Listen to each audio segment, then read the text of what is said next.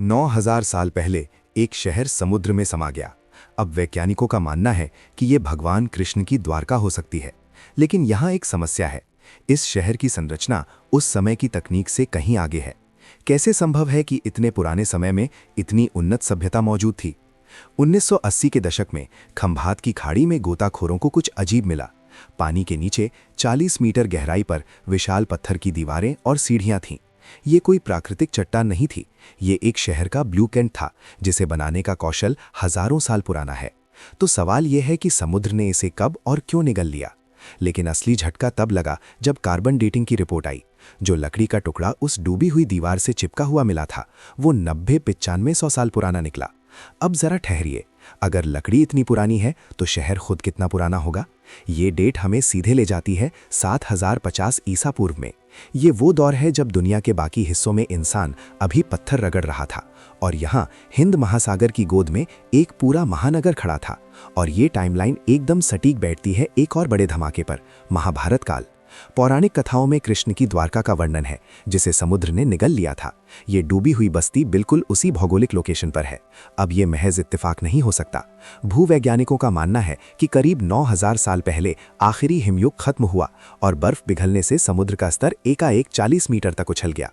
ये कोई आहिस्ता बाढ़ नहीं थी, ये पानी की दीवार थी जिसने एक रात में शहर का नामो निशान मिटा दिया। लेकिन सबसे बड़ा राज तो इस शहर की इंजीनियरिंग छुपाती है। जिस तरह के ज्यामितीय पैटर्न और ग्रिड सिस्टम वहां मिले हैं, वो तकनीक उस जमाने की कल्पना से परे है। कल्पना कीजिए कि 7000 साल पहले के मजदूर पत्थरों को इस तरह तराश रहे हैं मानो वो मक्खन हो। हर कोना 90 डिग्री का, हर सतह इतनी चिकनी कि आज का लेजर भी शर्मा जाए। ये बातें हम नहीं कह रहे, खुद समुद्री पुरातत्वविद जब पहली बार वहां गए थे तो उनकी सांसें थम गई थी। खास तौर पर एक चीज ने सबको हैरान कर दिया। वहां एक विशाल कुआं मिला, लेकिन ये साधारण कुआं नहीं था। इसकी दीवारों में इतनी सफाई से पत्थर जोड़े गए थे कि उनके बीच कागज भी नहीं डाला जा सकता। ये वो दौर था जब दुनिया के बाकी हिस्सों में लोग पत्थरों को आपस में रगड़कर आग जलाना सीख रहे थे। और यहाँ एक ऐसा ड्रेनेज सिस्टम बना हुआ था जिसमें हर पानी की निकासी का कोण बिल्कुल परफेक्ट कैलकुलेट किया गया था। बारिश की एक बूंद भी गलत दिशा में नहीं बह सकती थी। फिर वहां मिले रहस्यमयी बीकन स्टोन। ये खास किस्म के क्रिस्टल से बने पत्थर थे जो किसी अनजान फ्रीक्वेंसी पर कंपन करते थे। क्या ये कोई प्राचीन नेविगेशन प्रणाली थी या ऊर्जा का कोई भूला बिसरा स्रोत? भारतीय वास्तुशास्त्र का सबसे पुराना रहस्य शायद यहीं दफन है। और जो एक रहस्य वैज्ञानिकों को सबसे ज्यादा परेशान कर रहा है, वो है इस शहर की अचानक चुप्पी। लेकिन असली रहस्य तो कुछ और ही है। पानी के नीचे एक विशालकाय दीवार मिली, जो किसी किले की नहीं बल्कि किसी और ही मकसद से बनाई गई थी।